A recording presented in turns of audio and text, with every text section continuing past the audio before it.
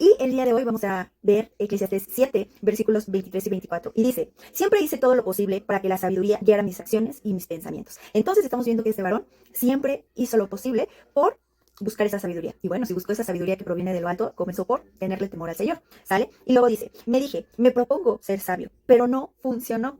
¿Por qué no funcionó? Porque tal vez él se estaba apoyando en sus fuerzas, en lo que él creía saber o en lo mucho que creía saber, ¿no? Pero se hizo sabio en su propia opinión. Se ve desde el versículo cuando dice, me propongo ser sabio. En alguna ocasión estábamos viendo esa parte que precisamente nos lo decía Eclesiastés. No seas demasiado bueno o demasiado perfecto porque vas a destruirte.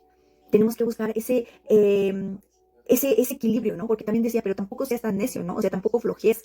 Y aquí no lo marca. Él quiso ser sabio y se propuso, pero tal vez estaba siendo sabio en su propia opinión que podía. Porque mira lo que dice el versículo, en el 24, versículo 24. La sabiduría siempre está lejos y es difícil de encontrar. ¿Por qué dice que la sabiduría está lejos y difícil de encontrar? ¿Por qué? Porque recuerda que el principio de la sabiduría es el temor al Señor. Pero el temor al Señor es apartarse del mal. No siempre nos queremos apartar del mal. No siempre queremos que nuestra carne mengue y que su espíritu crezca. No siempre queremos darle al Señor las riendas de cada una de las áreas de nuestra vida.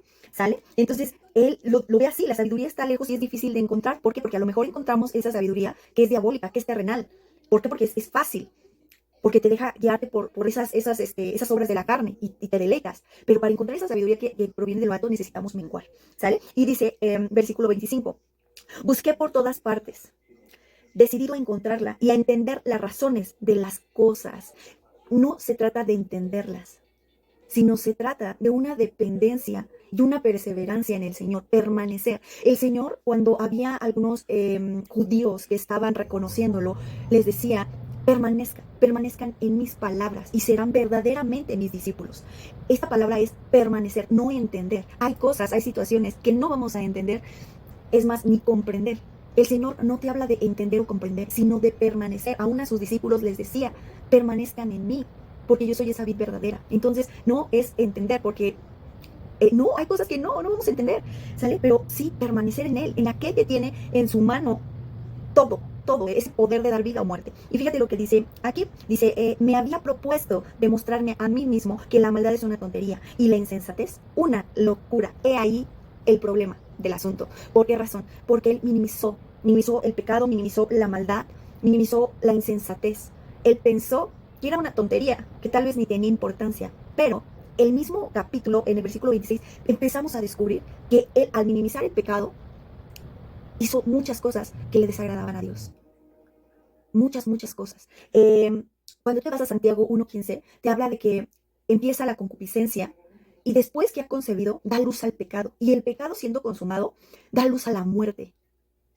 Entonces no tenemos que minimizar el pecado. Y no porque el pecado sea más grande que Dios, no. Pero estamos hechos de carne. Y la carne siempre se va a delectar en el pecado, en aquello que le da dulzura, que le trae satisfacción. Entonces, aquí vemos que dice, me había propuesto mismo que la maldad era una tontería y la insensatez una locura, como algo sin importancia. Pero después se dio cuenta que precisamente lo empezaron a desviar. Y lo empezaron a desviar también personas que no estaban en el mismo sentir que él. Aunque él hubiera pedido la sabiduría que provenía de lo alto, entró la concupiscencia, entró esa satisfacción, el indagar más o hasta entender más. Pero no se trata de eso, sino de permanecer. Hasta aquí le vamos a dejar con estos versículos y recuerda, no minimicemos el pecado, no pensemos que podemos pasarlo, que no va a pasar nada, porque dejándole una brechita así chiquitita o algo abierto, va a entrar y va a arrasar con todo. No nos creamos autosuficientes o no nos creamos muy espirituales, porque aún la misma palabra dice, aquel que piense estar firme, mire que no caiga. Y por eso la palabra constantemente nos está insistiendo, velen y oren, velen y oren. ¿Por qué? Pues porque la carne se deleita. Entonces, recuerda estos versículos y vamos a continuar porque lo que viene es muy interesante. Dios te bendiga.